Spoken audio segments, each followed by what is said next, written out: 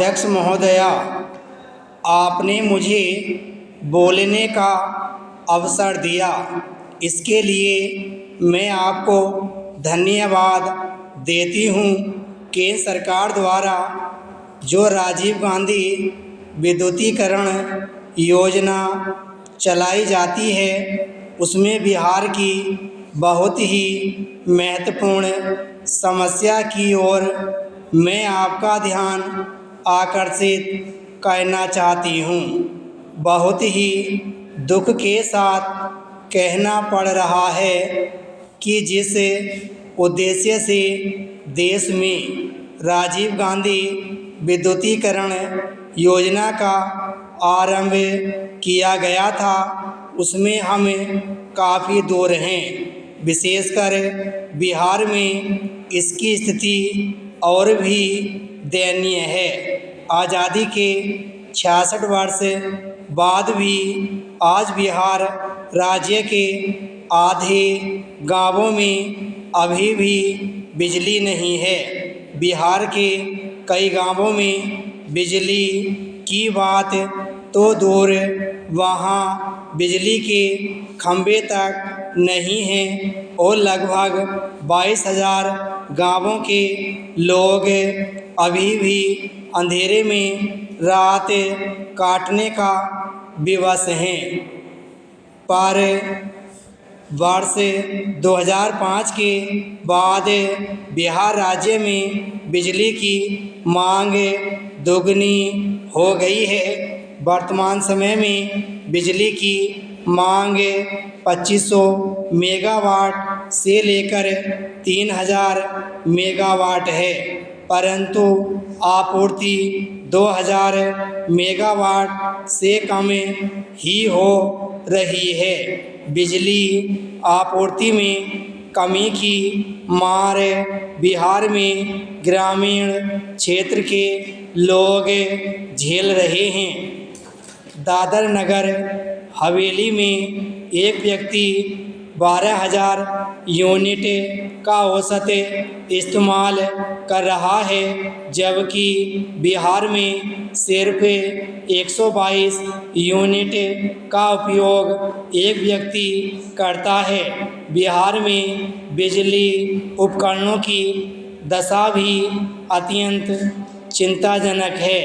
जो ट्रांसफार्मर जल जाते हैं, उनको ठीक करने में महीनों लग जाते हैं।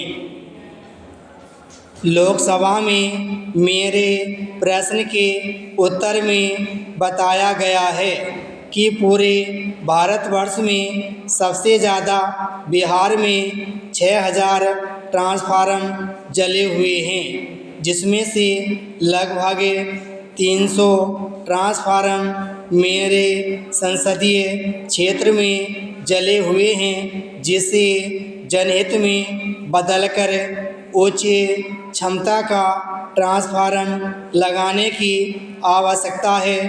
परंतु केंद्र सरकार एवं राज्य सरकार की नीतियों के बीच बिजली कंपनियां इन ट्रांसफार्मरों को नहीं बदल पा रही है। इसलिए सदन के माध्यम से सरकार से अनुरोध है कि बिहार राज्य को मांग के अनुसार पर्याप्त बिजली की आपूर्ति की जाए तथा संसदीय क्षेत्र के साथ साथ बिहार राज्य के जले ट्रांसफार्मरों को यथाशीघ्र बदलने और उन्हें ठीक करने की कृपा की जाए। सही मायने में बिजली सुधार के नाम पर राज्य विद्युत बोर्डों के घाटे को पूरा करने के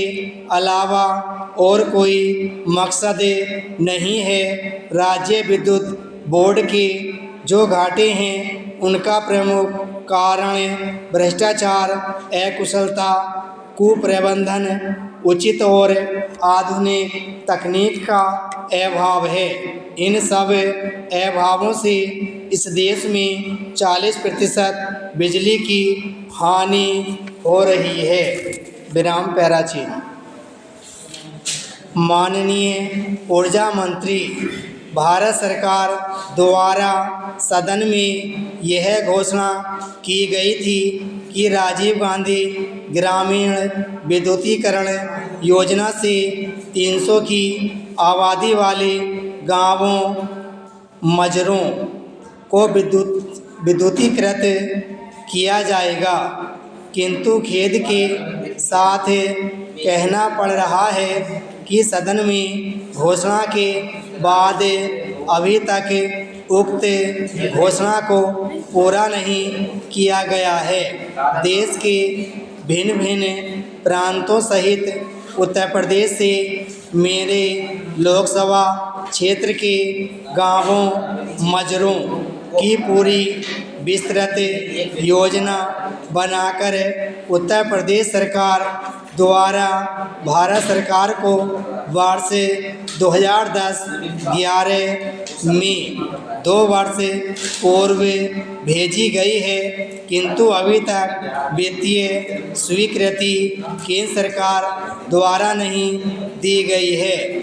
मैंने भी अपने क्षेत्र में असेवित ग्रामों को विद्युतीकृत किए जाने के संबंध में जनता को आश्वासन दे दिया था, पर वित्त स्वीकृति जारी न होने के कारण सरकार द्वारा सदन में की गई घोषणा कार्य रूप में परिणत नहीं हो पाई है।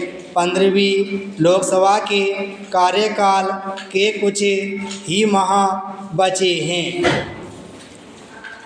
2005 में राजीव गांधी ग्रामीण विद्युतीकरण योजना केंद्र सरकार ने लागू की।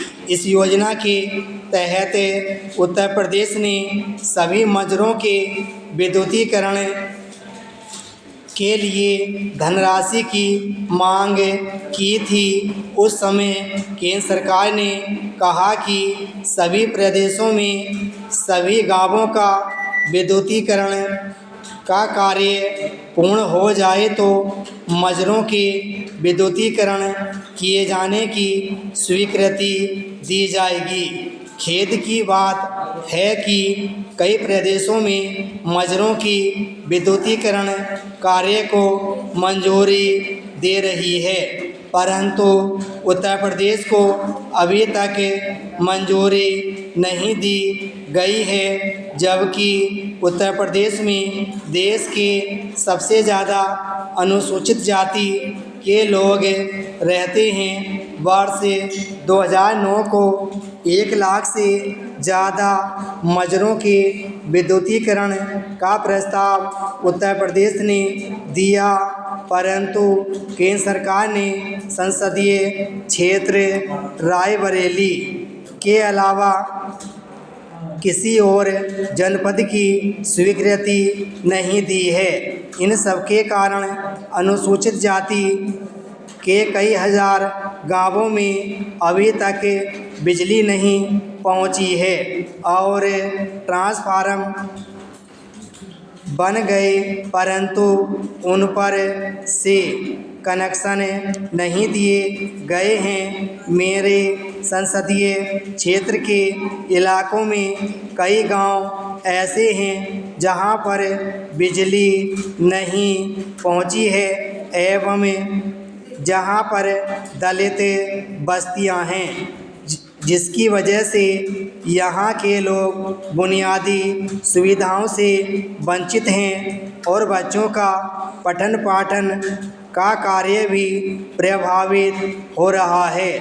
कई जगहों पर खंभे लग गए हैं, परंतु उन पर तार नहीं बिछाए गए हैं। सरकार से अनुरोध है कि राजीव गांधी ग्रामीण विद्युतीकरण योजना को समुचित ढंग से एवं समय पर इसके क्रियान्वयन के लिए प्रयास किए जाएं। विराम स्टॉप।